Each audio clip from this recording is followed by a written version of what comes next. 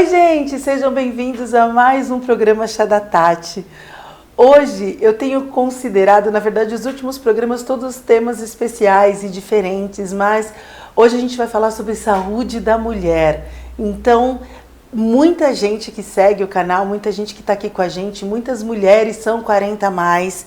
Então, hoje o papo é diretamente com vocês. Eu vou conversar com a doutora, que é ginecologista, obstetra, a doutora Mônica Carneiro. Então, logo depois da vinheta, vamos falar sobre saúde da mulher 40 mais. A gente te espera.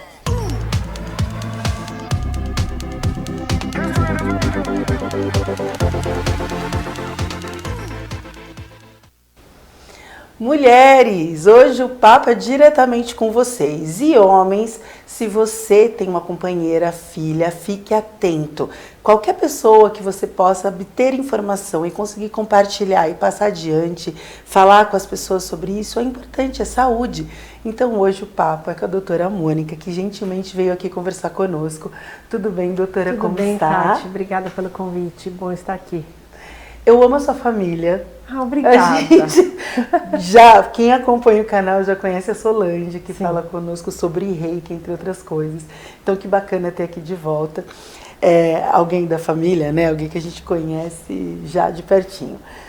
Doutora, saúde da mulher 40 a mais. Antes da gente entrar nesse tema, que é um tema muito importante, eu quero que a senhora... Pode chamar de você? Por favor. Porque de acordo com a... Não, né? por favor.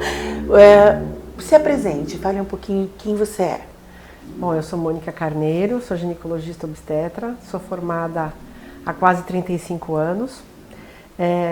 Atuo sempre no cuidado da mulher há muito tempo, desde que eu me formei. Então, e tenho como foco, né, o cuidado da mulher na menopausa, no climatério.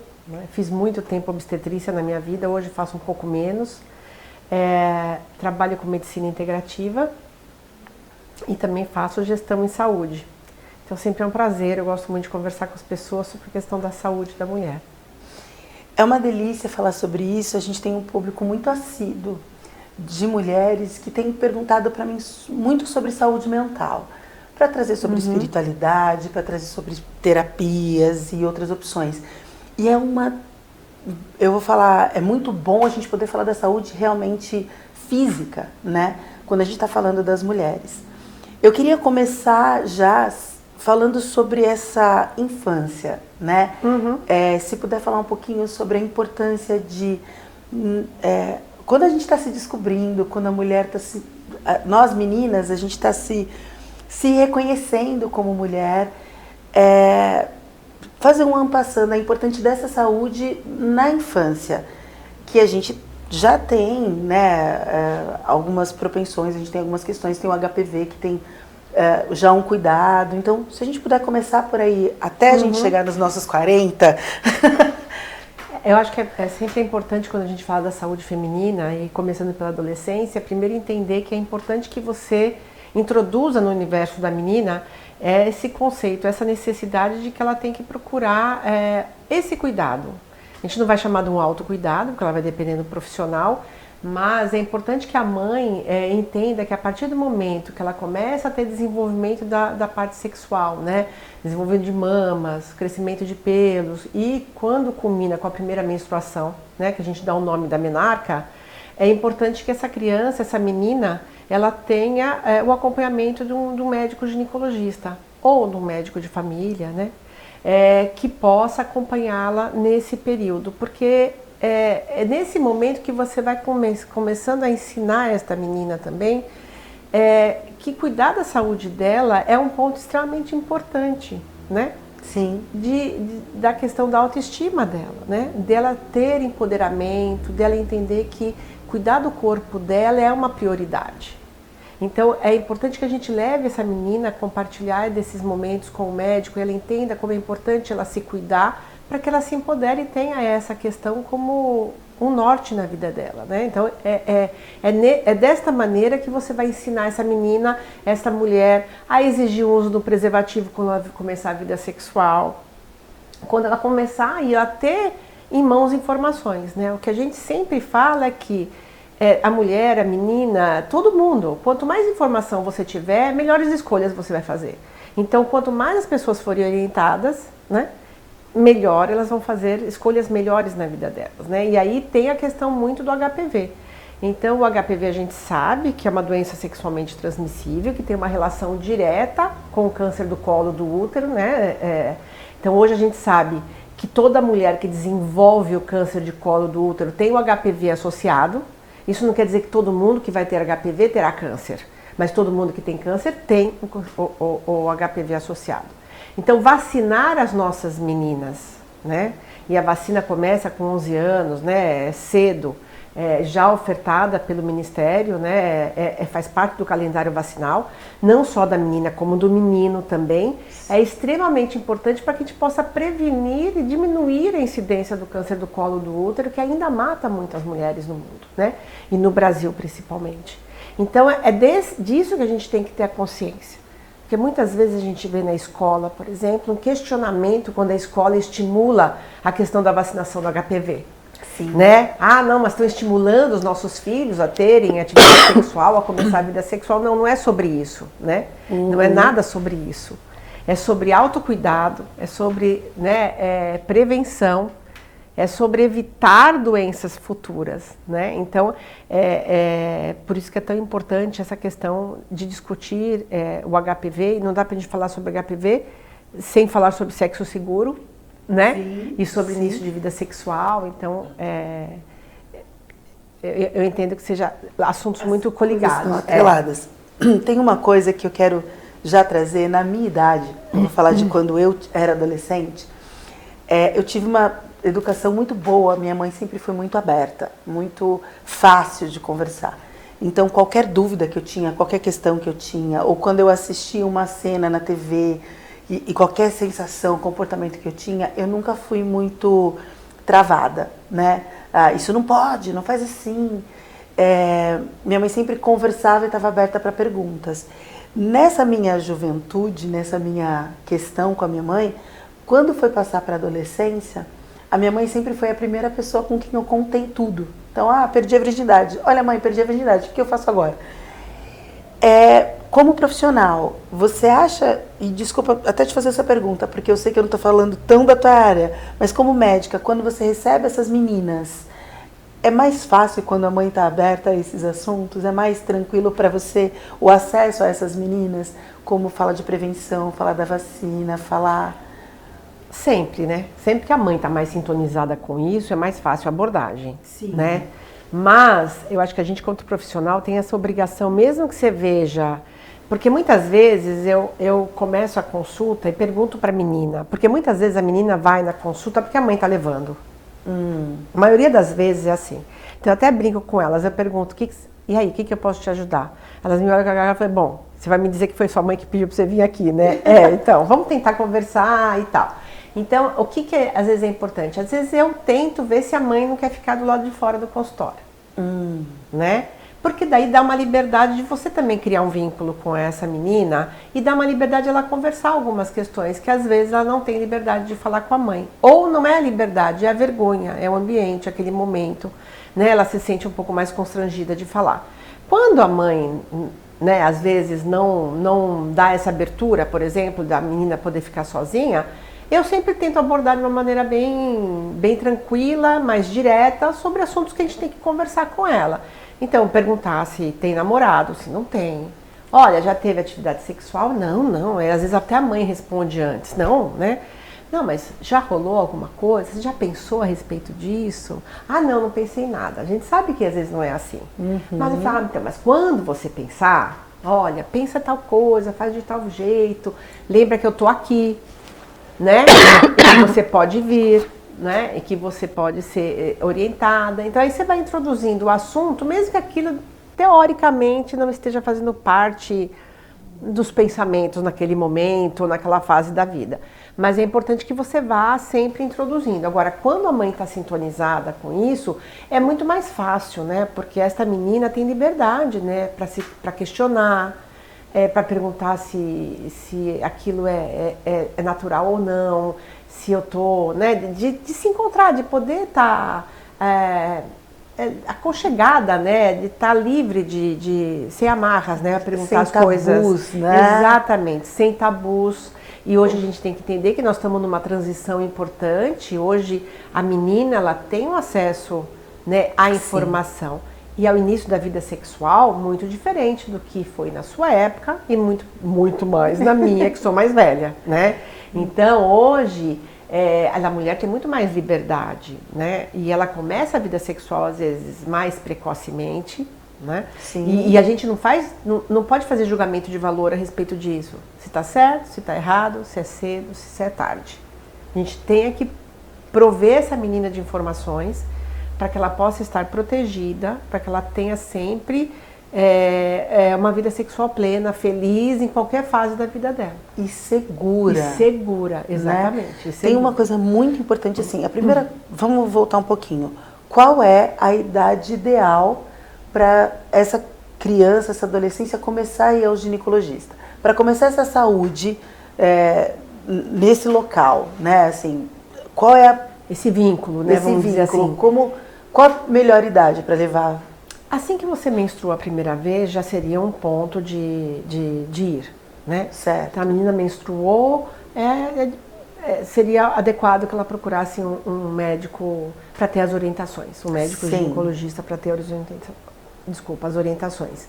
Mas a gente pode também lembrar, se houver uma menina de 8, 9 anos que está desenvolvendo mais do que deveria, né? Ou seja, está crescendo mais mama, está aparecendo mais pelos, está tendo uma conformação de corpo que, opa, peraí, está muito diferente das outras meninas da faixa etária dela, é um sinal de que também ela precisa procurar para ver se isso não está sendo de maneira mais precoce do que deveria, né? Se aparece algum tipo de outro sintoma, né? Um corrimento anormal, né? Um crescimento anormal, então começa a desenvolver a mama, mas uma mama desenvolve mais do que a outra. Então são coisas que podem chamar atenção de que precise passar com uma consulta com o ginecologista.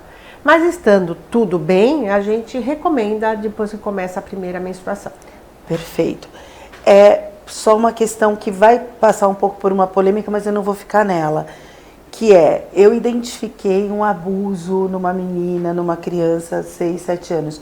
O médico que eu tenho que procurar, isso, eu não vou entrar no papo do abuso, tá? Mas aconteceu, isso, enfim, foi descoberto alguma coisa, um abuso. É importante levar essa criança de 6, 8 anos para um ginecologista ou é um médico pediatra que vai dar andamento numa situação como essa? Existem alguns protocolos já muito fechados a respeito dessas questões, mas de qualquer maneira, assim que você identifica que possa ter havido um abuso, ela tem que procurar o médico, seja o médico ginecologista, depende como isso é organizado em cada lugar, ou seja até o médico pediatra, ele também está pronto para isso, porque às vezes é uma criança, não é? Sim. Ele vai pedir talvez o apoio do médico ginecologista junto, mas aí a ideia é identificar qual tipo de abuso, se houve ou não transmissão de alguma doença sexualmente, né, que possa transmissível, uma IST que possa ter acontecido, ou se tem uma possibilidade de uma gravidez indesejada, né, e o acolhimento psicológico que muitas vezes essa criança vai demandar, né, e obviamente as questões legais que envolvem isso, polícia, conselho tutelar, etc e tal. Infelizmente a gente sabe que a maior parte dos abusos na infância são intrafamiliares, né? É de alguém muito próximo, então sempre é uma situação difícil de ser manejada, mas sim, sempre precisa de um acompanhamento médico, porque você vai ter que fazer, às vezes a gente tem que fazer rotinas de medicamentos de prevenção, é que infelizmente, no caso das crianças, a gente só vai descobrir esse abuso muito depois do que aconteceu, diferente, por exemplo, vamos dizer, de uma mulher que sofreu um abuso ontem.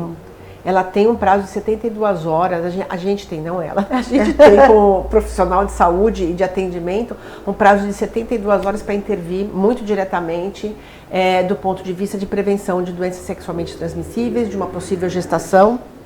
Né? Então aí fazemos prevenção em relação ao HIV, a outras doenças sexualmente transmissíveis também. Então aí tem uma série de medicamentos que tem que ser feito e a gente tem um prazo para estabelecer isso, e esse prazo existe para que a gente possa ser mais eficiente aí e não deixar que essa pessoa se contamine.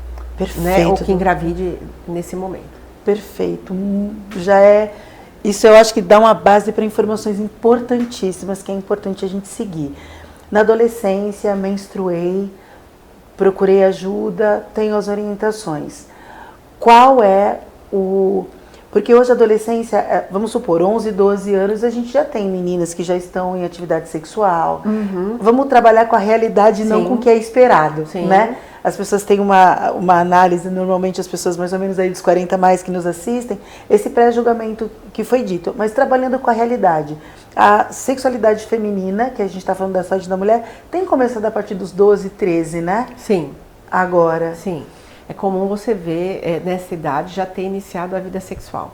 Então, por isso que eu acho que é importante a gente sempre focar nessa questão dessa menina ter a maior quantidade de informações, de boas informações, né? Sim.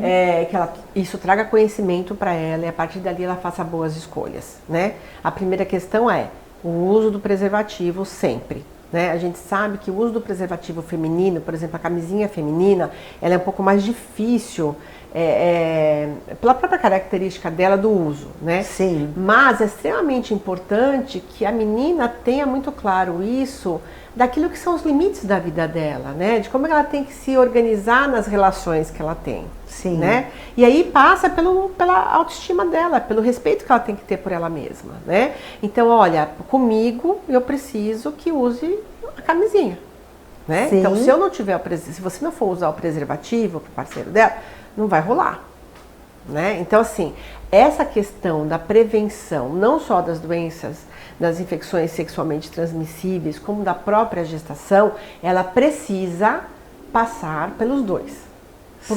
Pelo casal que está ali envolvido, né? Dizendo aí de uma relação heterossexual. Sim. Mas daquele casal que está envolvido. Então a gente precisa ensinar os nossos meninos a responsabilidade deles, né? Perante a questão né, de uma possível gestação e na transmissão da doença. Então isso tem que estar posto, não é uma questão só feminina, né? Porque isso sempre vem muito pro colo da mulher. Sim. Sempre muito pro colo Sempre. da mulher. E aí isso já é ensinado muito cedo. Então a gente precisa tirar isso do colo da mulher e passar isso por uma relação ali de duas pessoas que tem que ter essa responsabilidade. Então, evitar uma gestação não desejada ou evitar uma transmissão de uma doença está naqueles dois. Então assim, mas eu preciso empoderar essa menina. Ela precisa aprender a dizer não, ela precisa dizer até onde vai o limite dela, como é que essa relação ali acontece. Então é isso que a gente precisa, né? E prover esta menina de um método contraceptivo seguro. Porque a gente tem que lembrar que quando a gente usa o preservativo, a gente evita a gestação, sim, mas ele está muito mais focado na prevenção das doenças sexualmente transmissíveis. A gente sabe que ele tem uma chance de falha muito maior. Então aí a gente precisa associar um método contraceptivo para essa menina ter uma vida sexual tranquila, segura, né? E que ela possa transar sem relaxada, exatamente, para ser proveitoso para ela. Exatamente, sem aquele peso de que, meu Deus, engravidou. Né? Então, isso a gente precisa falar mais. E as mães têm que estar muito atentas a essas questões. E não sobre aquilo que a gente gostaria que fosse ou não fosse para os nossos filhos, mas sim do que é necessário prover naquela idade. Né? Perfeito. É sobre isso. É, né? Sobre isso. Eu tenho uma pergunta importantíssima, mas eu vou chamar a Ana Rosa primeiro. Eu já quero para sempre. Vamos conversar, gente. Vamos falar sobre a Ana Rosa. A Ana Rosa é um espaço que nos acompanha, está aqui conosco. Eles ficam aqui bem pertinho de Peruíbe e é um lugar ótimo para você tomar um café com amigos, tomar um café, levar alguém em dia de aniversário, ter um encontro com algumas pessoas. Dá uma olhada no VT. Café Colonial e delícias de dar água na boca, pertinho de Peruíbe também tem. Quer se sentir em casa, confortável, naquele ambiente meio que na roça, no sítio, na natureza? Nona Rosa Conveniência e Cafeteria. Esse é o Café Colonial, que você pode reservar para curtir com a família e amigos. Cafés especiais e delícias artesanais em mesa cuidadosamente organizada com todo carinho, mas precisa agendar com pelo menos 24 horas de antecedência. Informações e contato na legenda. Nona Rosa fica na rodovia SP55 Padre Manuel da Nóbrega, quilômetro 356, dentro do Alto Posto Anadias, pertinho de Peruíbe. Aproveite para passear. Aqui tem opções bem legais para presentes ou para a sua casa. E tem a mesa aposta, montada especialmente para você no dia a dia. Peça 1 hora antes e quando chegar estará tudo prontinho. Uma homenagem a Doce Vovó. Nona Rosa Conveniência e Cafeteria. Café colonial e delícias de dar água na boca. Pertinho de Peruíbe também tem. É isso, gente. A Nona Rosa fica aqui pertinho, ali em Anadias. Para quem tá vindo de Itanhaém, para quem tá vindo de Mongaguá, ali na Padre Manuel da Nóbrega, você vai encontrar com facilidade no posto Anadias. Importante lembrar que lá também tem o chá da Tati, que fizeram um experimento comigo, perguntando as coisas que eu gosto, montaram um chá que tá lá no cardápio. Tem cappuccino, outras coisas mais. Um dia de friozinho, como é que tá esses últimos tempos? Acho que vale a pena dar uma chegada lá, tá bom? Essa é a Nona Rosa, doutora. Eu quero falar sobre uma coisa que eu ouvi. Pílula do dia seguinte não é método contraceptivo. Meninas que agora têm a facilidade de comprar a pílula no dia seguinte, então às vezes não acomete o ato sexual com prevenção e já vai lá e toma. Ou o menino fala, não, compro para você. E aí eu ouvi uma história até de uma menina que usou algumas seguidas e teve um problema no coração, acho que quase que um infarto. Vamos falar sobre os métodos contraceptivos um pouco, sobre essas outras opções, principalmente o que acho que tem o implante para adolescentes, pílulas anticoncepcionais e tal, e ressaltar que pílula do dia seguinte não é método contraceptivo. Não é método contraceptivo. Ela é realmente um medicamento, né, hormonal, que a gente vai disponibilizar no momento que eu tiver uma falha do método contraceptivo, né? Então eu tive uma falha no uso do preservativo, por exemplo, é só o que a gente usa quanto casal, e aí eu tenho uma falha desse método contraceptivo, furou, houve qualquer questão, aí eu posso fazer o uso da pílula do dia seguinte. Como ela é hormonal, ela tem uma carga hormonal grande naquele comprimido. Então se eu vou ficando tomando várias vezes, eu dou uma bagunça enorme no meu ciclo menstrual, e vai levando a outras questões de uma dose hormonal inadequada. Então ela não é método contraceptivo. Quando a gente entra nos métodos contraceptivos, hoje a gente foca muito nos LARCs, que a gente chama, que são os métodos contraceptivos reversíveis de longa duração, né? Muito para adolescência. Por quê? Porque, como diz o nome, eles são reversíveis e são de longa duração, o que é muito legal na adolescência. Porque ele dura muito tempo, não precisa de eu lembrar de tomar o comprimido, por exemplo, né? Sim. Ou de usar aquilo diariamente. Então, o que são esses métodos? Incluem nesses métodos o implante, né? O implante é um bastonetezinho que a gente coloca embaixo da pele, e ele tem uma duração de 3 anos, né? Então, o implante e os DIUs, né? Seja o DIU de cobre, seja o DIU medicado, que a gente chama, que é com um pouquinho de hormônio que tem dentro dele. Então, esses métodos a gente dá preferência muitas vezes na adolescência, porque eles são altamente eficientes. Então, por exemplo, a chance de você engravidar com qualquer um desses 3 que eu falei para você, seja o DIU medicado, o DIU de cobre ou o implante, não é menos do que uma gestação a cada 100 mulheres por ano. Então, o Implanon, eu vou falar o nome comercial porque não existe outro no mundo, né? Então não é um problema, mas o Implanon, por exemplo, a chance dele é 0,2 gestações a cada 100 mulheres por ano.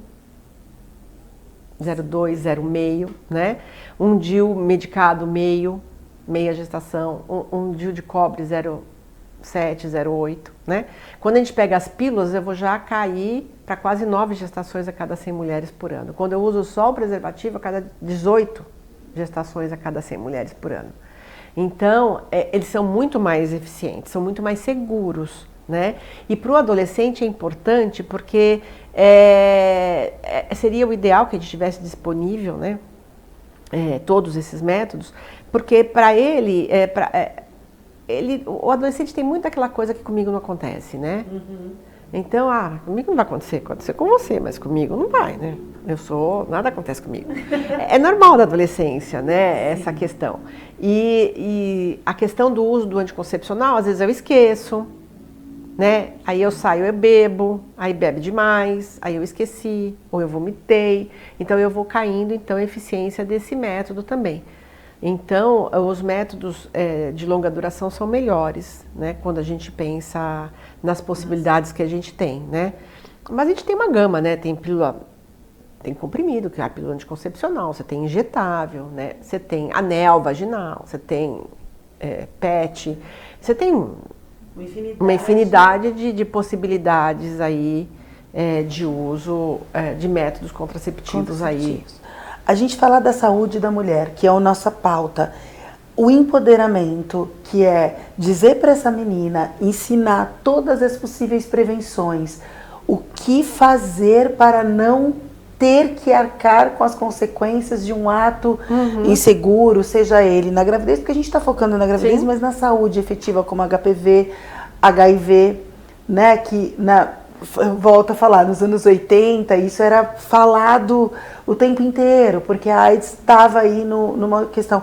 Tem alguns medicamentos agora que se usam, que parece que caiu um pouco em esquecimento, né? Não sei, falo na TV, nas mídias, quando a gente está falando, mas a prevenção não é só para a gravidez. E o empoderamento feminino, pelo que a gente conversou um pouco, ele vem desde a gente ter uma prevenção física, de saúde, a gente ter um sexo mais gostoso, mais relaxado, que a gente consegue, né, de fato se entregar a essa relação e ter prazer com ela, e também de uma gravidez quando não é desejada naquele período, né? A gente passa por isso.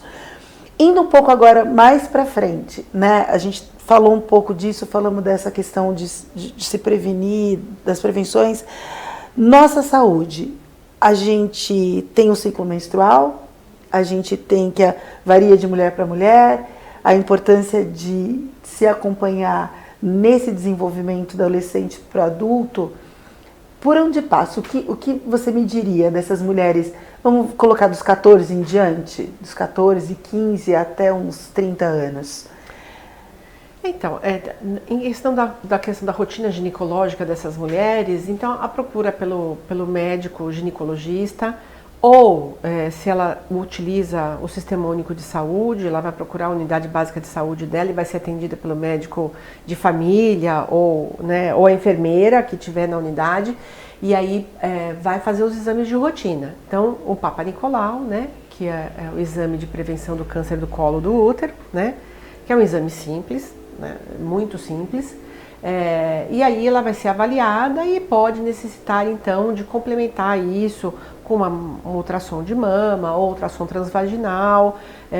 Não seria indicado nessa idade ainda a realização de mamografia. A mamografia é mais para frente, né, uma idade mais para frente. Alguns exames de sangue de rotina, né, de laboratório que possam ser feitos, e a orientação e conversar com essa mulher para identificar problemas que ela possa estar tendo, né, alterações do ciclo menstrual dela, questões mamárias que podem estar apresentando, né. Então, trabalhar com essa mulher as questões não só da vida sexual dela saudável e com um bom método contraceptivo e tratando eventuais aí questões que possam aparecer, mas também cuidando e prevenindo. Aí isso passa por orientar essa mulher também a ter bons hábitos de vida, né?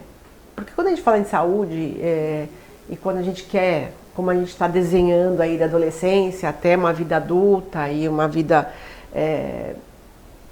plena, a gente tem que falar sobre prevenção, né? Sim. E aí envolve boas noites de sono, envolve uma alimentação saudável, envolve atividade física, né? Então essas questões também têm que ser tratadas para que a gente comece já a plantar um jardim que vai florir muito bem lá na frente, né? Porque se a gente não cuidar dele agora e começar já tendo esses conceitos de autocuidado e de se preocupar com a sua saúde física e mental, para que a gente tenha uma vida plena, né? Plena. Periodicidade. Aí falando dos 14 aos 30, uma vez por ano?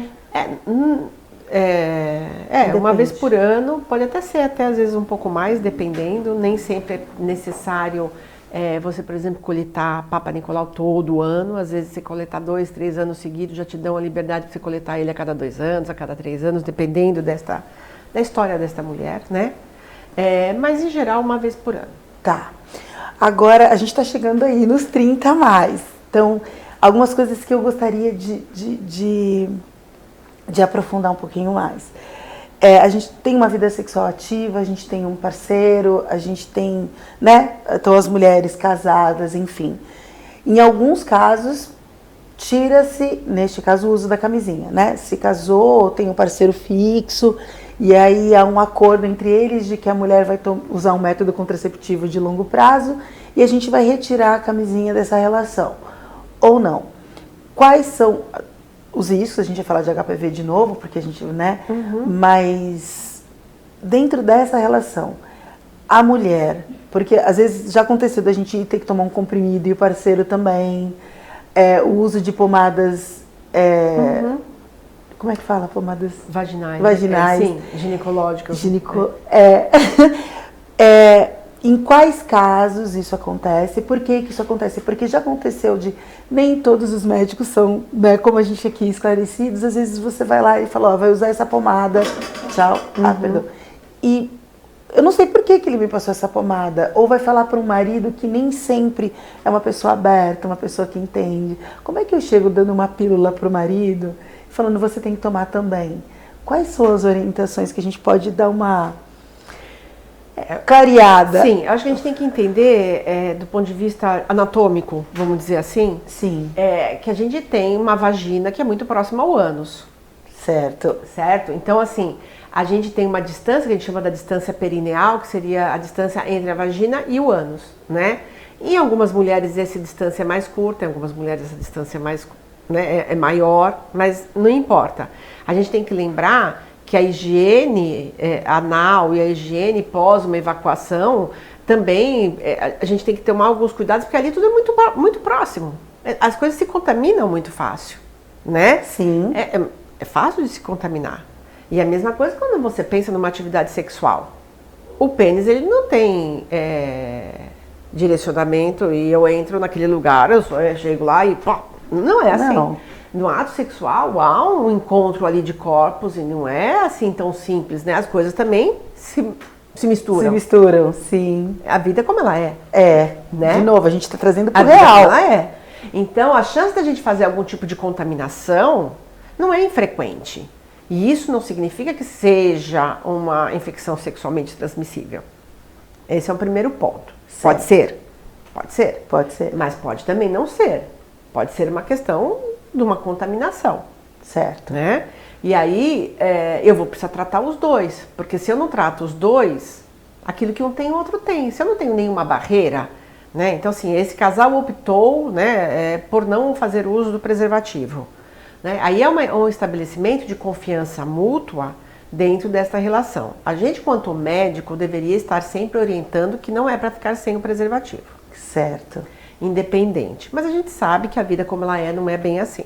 Sim. Então, se há uma decisão conjunta desse casal por não usar mais o preservativo, também tem que se entender que as coisas com que um tem, o outro tem. Não tem barreira, né? Porque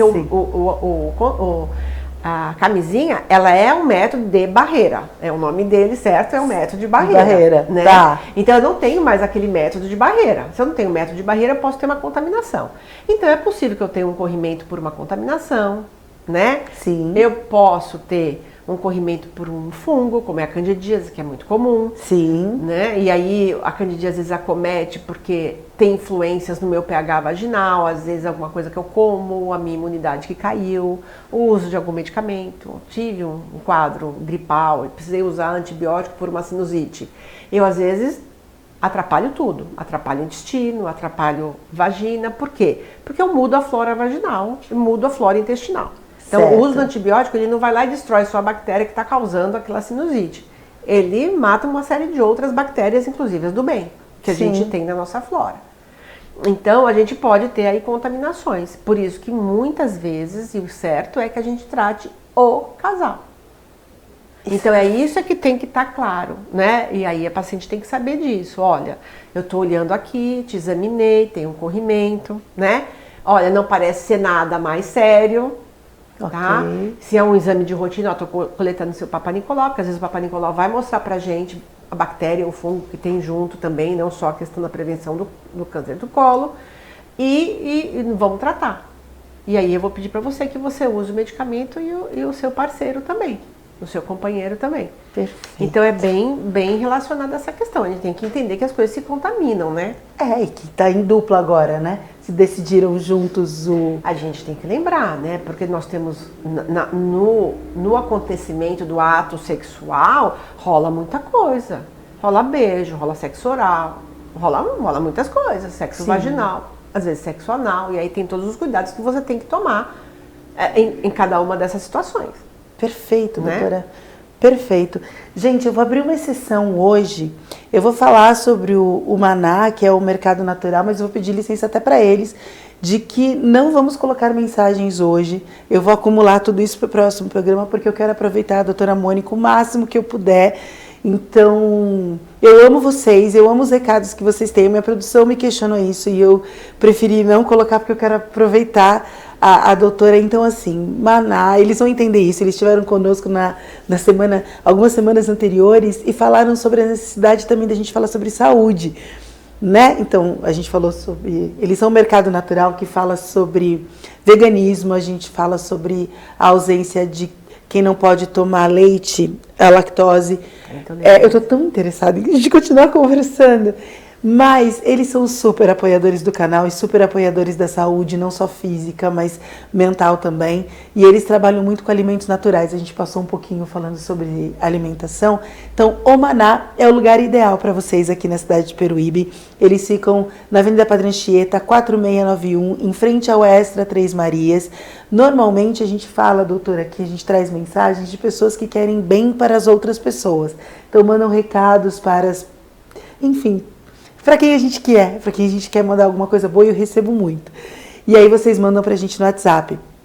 O WhatsApp vai estar aqui embaixo, eu acho que para vocês, ou o telefone da TV. Mandem mensagens pra gente, nos próximos programas eu vou ler mais para vocês.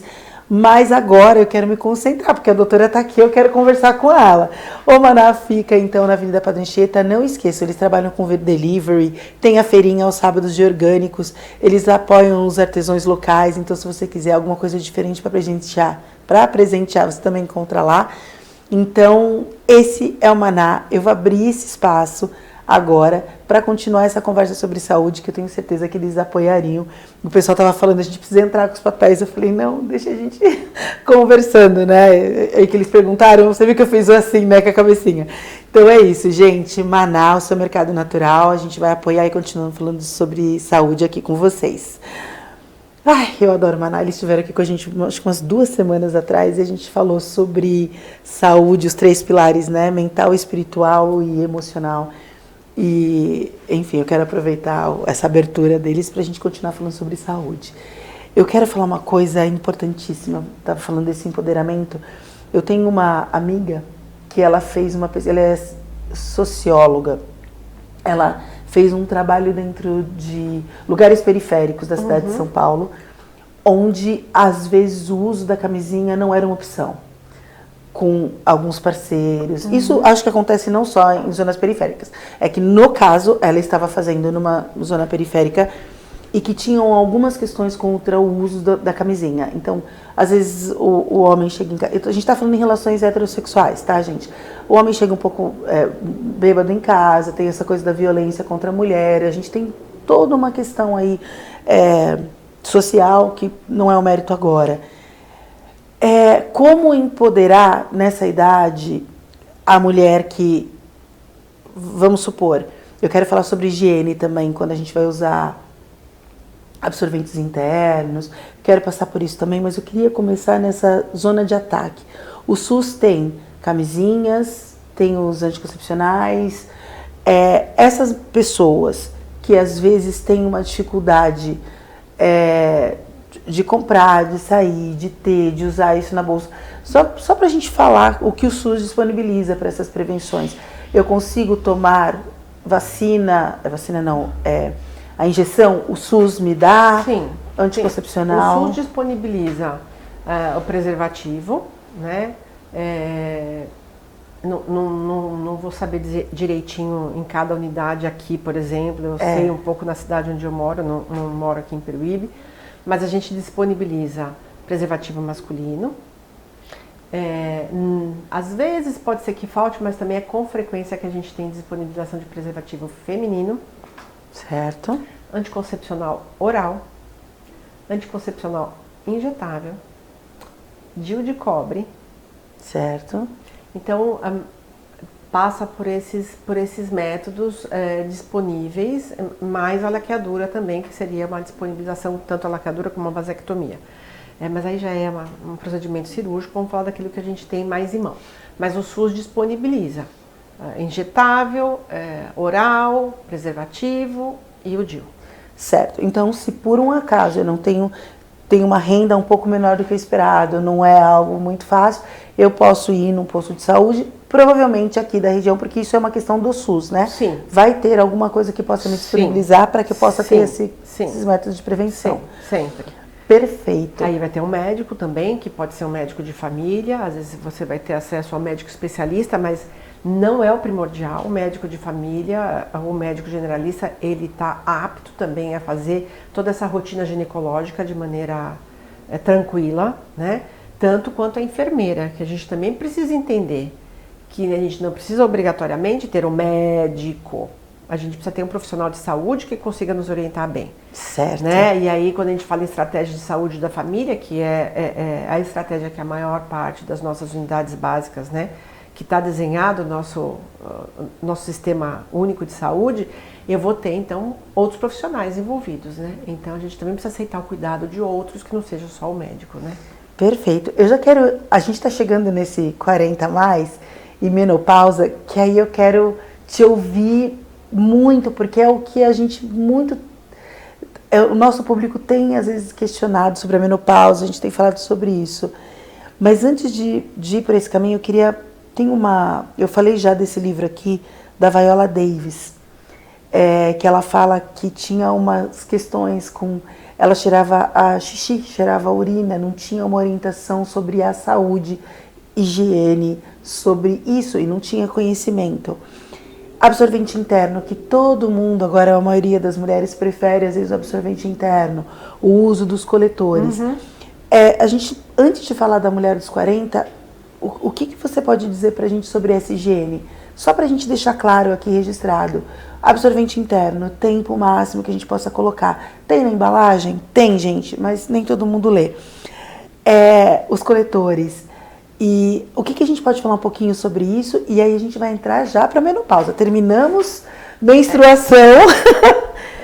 Os absorventes íntimos, né, eles podem ser utilizados um período mais ou menos de umas 4 horas. A gente recomenda que eles sejam trocados, né?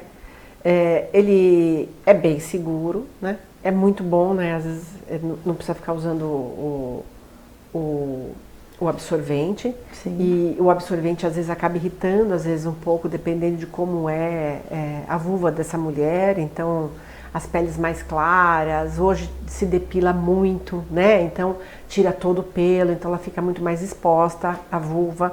Então, às vezes irrita, né? Sim. Pelo uso do absorvente. Então, o uso do absorvente interno é uma solução interessante. Os coletores são ótimos, né? A gente recomenda bastante o uso dos coletores. E aí sempre vem dessa questão de trocar, né? De esvaziar o coletor também, pelo menos, né? Umas 2, 3 vezes ao dia. E lavar em água corrente, não precisa ser nada tão, né? Lavar com água, sabão, toda hora que tira, não. Sim. Mas é água corrente. Agora, sempre a gente orienta, e aí assim, às vezes fala, mas não é melhor usar um sabonete íntimo? Nem todo mundo tem acesso ao sabonete Sim. íntimo, né?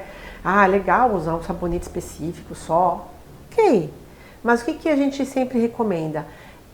Se eu estou em casa e eu vou ao banheiro para urinar ou para evacuar e eu estou em casa, se você possível, se lave sempre. Água, não precisa ser água com sabão. Água, joga uma aguinha, seca. Às vezes é melhor do que o uso do papel higiênico, né? Então é uma questão que ajuda bastante também. Na higiene do banho, também às vezes fazer uma espuminha, em vez de passar o sabão lá, né, e às vezes irritar mais, faz uma espuminha com a mão, lave bem todas as dobrinhas, né? Sim. Enxague muito bem, né? E é isso, é manter uma higiene de limpeza mesmo. Mas toda vez que a gente pudesse, se a gente pudesse urinar ou evacuar, às vezes até a gente, enquanto ginecologista, fala, ai, sabe aquele copinho de plástico? Você está no trabalho, você bebe água, às vezes tem um copinho plástico, é um copinho plástico no banheiro. É um pouquinho de água que você vai, depois seca com o papel. Às vezes é melhor do que você ficar esfregando só o papel, é só secar com o papel, não é esfregar com o papel. Lenços umedecidos. O lenço umedecido é uma opção boa para quando você não está em casa. Certo. Né? Mas a gente tem que lembrar que tem que ser um lenço umedecido com quanto menos de cheiro. Tem uns agora que são só de água, né? Sim. Esses são os melhores. Porque tem perfume, né? E aí isso pode ser um fator irritativo também. Tá. A mesma coisa com o bebê, né? Às vezes a gente fala, primeiro ano de vida, não usa tanto, né? Usa água com algodãozinho e limpa. Porque antes, por exemplo, não tinha esses que são só a base de água. Agora a gente tem que pensar nisso. Coisa muito cheirosa, muito colorida. Química. Exatamente. Eu hoje vou aproveitar para a gente falar um pouquinho que a gente falou sobre esse mercado aí, de falar da Central do Empreendedor, porque depois a gente vai falar dos 40 mais. Gente, a Central do Empreendedor é um parceiro aqui do canal. Vocês sabem, eu tô aqui, eu nem mostrei a almofada deles, que eu fico aqui toda agarrada nela. A Central do Empreendedor é nossa parceira, ela está aqui na casa também com programas falando sobre empreendedorismo, trazendo para vocês ideias, coisas de como você vai fazer para o seu negócio. Mas eles estão preocupados não só com isso, eles estão preocupados com a saúde da sua empresa. Então, eles têm o sistema tracking, eles acompanham a sua empresa de dentro para fora, eles vão até a sua empresa, não importa se você é MEI, ME, não importa. O importante é que se você tem uma empresa, essa sua empresa tem que estar saudável. E para estar saudável, é importante que você tenha uma equipe, uma contabilidade que te acompanhe para que não tenha nenhum problema, nenhum erro. Lembrem-se, problemas contábeis podem não te afetar agora, mas se chegar lá no futuro, as coisas são absurdas de caras, as multas são enormes. Então, ter pessoas que saibam do que estão falando, seja advogado, se você é uma clínica médica, se você é uma escola particular, tem cuidados específicos, então precisa ter pessoas que saibam disso. A Central do Empreendedor é uma empresa que está preparada. Então, eu indico para vocês, entre em contato com eles através do QR Code que está aqui ou no telefone que vocês estão vendo aqui embaixo, converse com os profissionais, tenha a sua empresa saudável, pode entregar lá que eu confio. Não só porque a gente trabalha aqui na casa, mas porque a empresa minha, do meu marido, está com eles e a gente não pode reclamar, não. Então, a Central do Empreendedor é uma empresa feita para você, tá bom? Doutora, 40 mais. Chegamos na menopausa, nessa pré-menopausa. A menstruação já não é mais a mesma coisa, a coisa falha, não volta. Eu vou abrir para eu ficar em silêncio agora, porque eu quero te ouvir falar sobre isso. O que você diria para uma mulher na minha idade, 40, 45? Tudo está falhando, as coisas não estão mais do mesmo jeito, hormonalmente, aqueles calores. E aí, pré-menopausa e menopausa? Então, acho que é importante a gente fazer algumas definições. Tá. Né? Então, assim, quando a gente fala da menopausa, a menopausa sempre é algo que a gente diagnostica olhando para trás. Então, por exemplo, a menarca a gente sabe que é a primeira menstruação. A menopausa é a última menstruação. Só que o que a gente considera a última menstruação? Quando a gente fica 1 ano sem menstruar. Então, eu vou olhar para trás, é retrospectivo, certo? Certo. Então, eu tive minha última menstruação agora em março, por exemplo, deste ano. Eu só vou saber se eu estou na menopausa mesmo, se até março do ano que vem eu não menstruar mais. Então, a minha última menstruação terá sido março de 2024, quando eu olhar lá em março de 2025. Certo. Não sei se eu consegui me fazer entender. Sim, sim. Sempre é uma definição que a gente olha de maneira retrospectiva, para trás. Então, o período que a gente chama a partir dos 40 anos, aí que a gente fala dessa tensão maior e que hoje está todo mundo mais falando, graças a Deus, sobre isso, é o que a gente chama da transição menopausal. Né? Tá. A partir dos 40 anos, a gente vai começar a ter algumas variações de produção de hormônio mesmo. E isso pode trazer ciclos menstruais irregulares, né? Mudança desse padrão menstrual. Eu posso ter alguns sintomas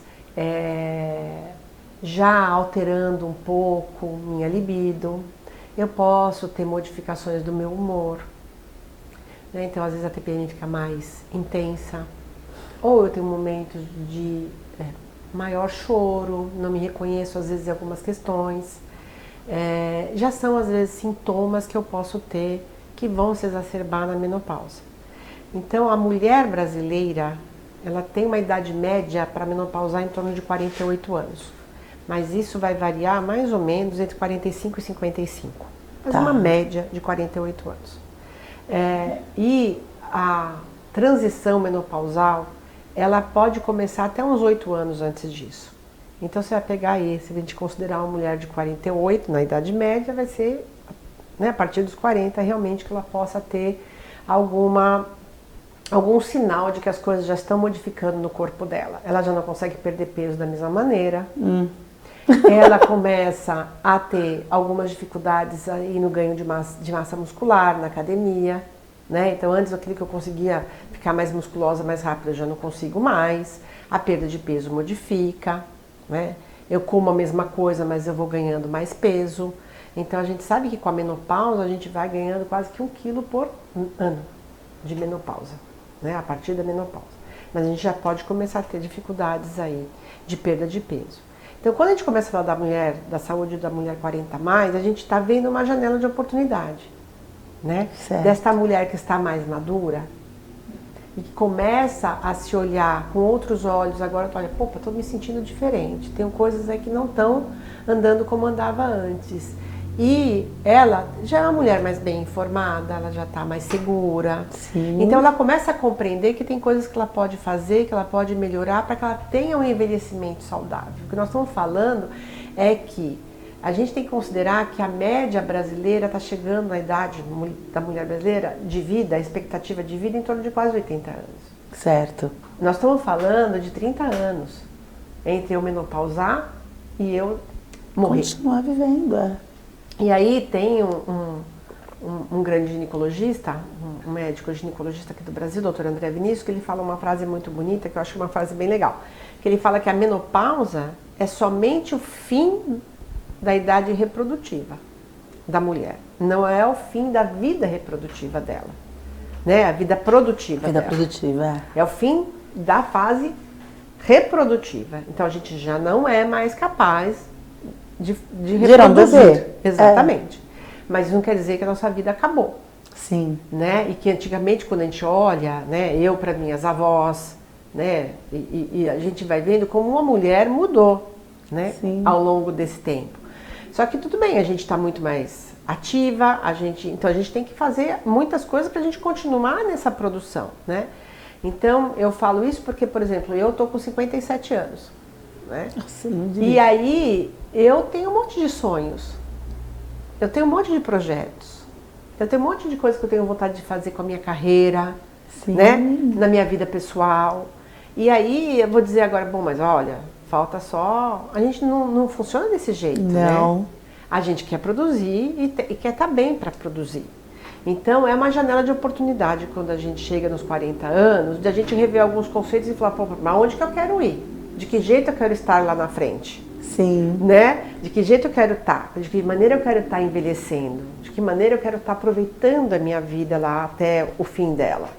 Então, é muito sobre isso. E quando a gente fala nessa questão da menopausa e tudo, a gente pode entrar na questão das terapias de reposição, então das terapias hormonais, que são muito legais e eu sou super favorável, mas a gente tem que entender que não há resultado adequado para nada na vida da gente se a gente não mudar hábitos, né? Sim. E isso passa por alimentação saudável, passa pela questão da atividade física, passa a questão sobre a nossa saúde mental, passa sobre a questão do nosso sono, né? E que os nossos hormônios, quando a gente começa a entrar na menopausa, o que é a menopausa? A menopausa é quando nossos ovários não conseguem mais funcionar. É uma falência do ovário.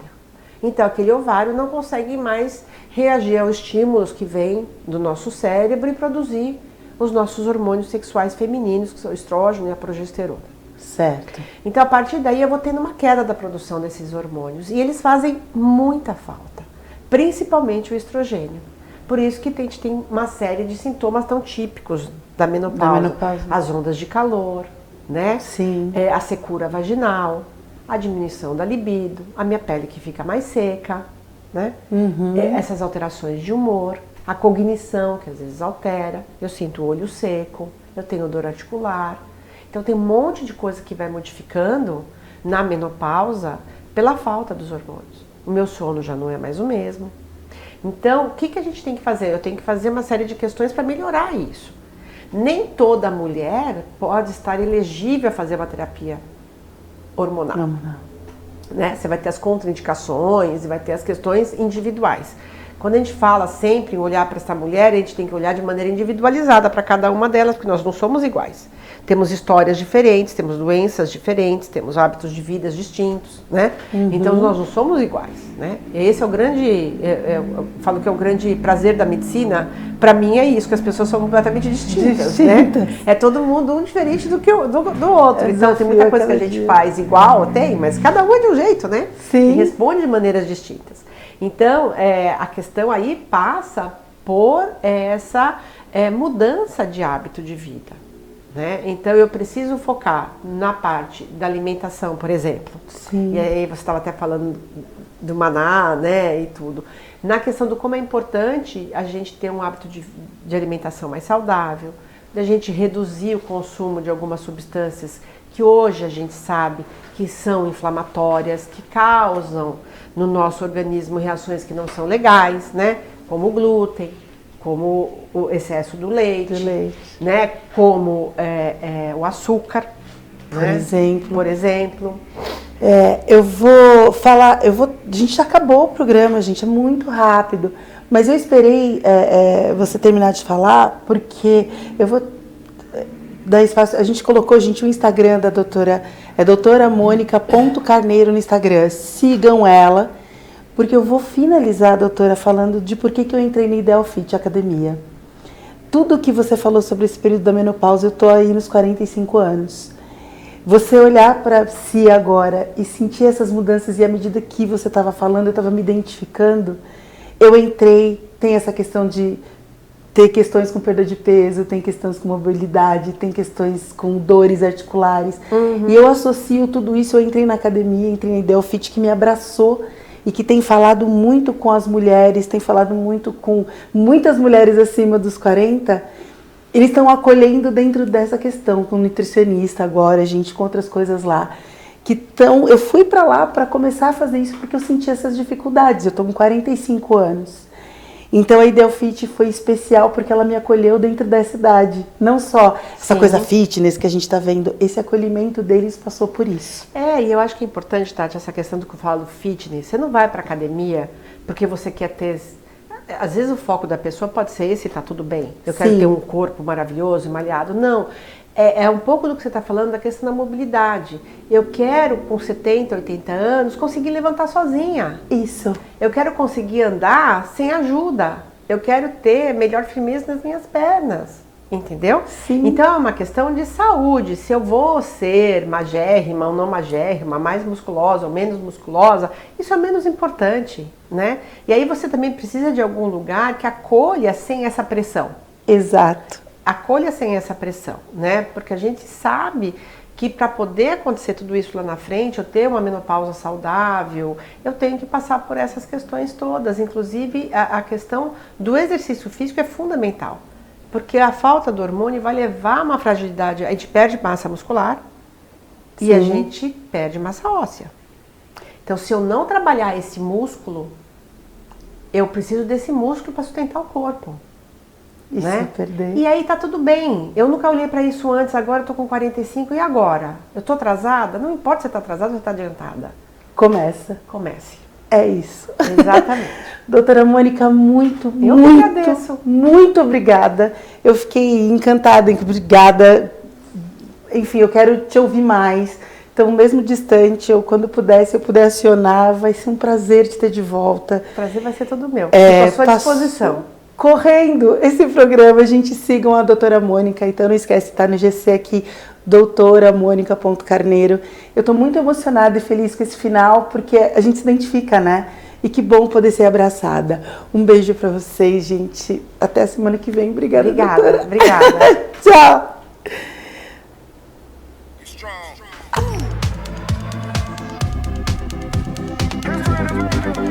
Música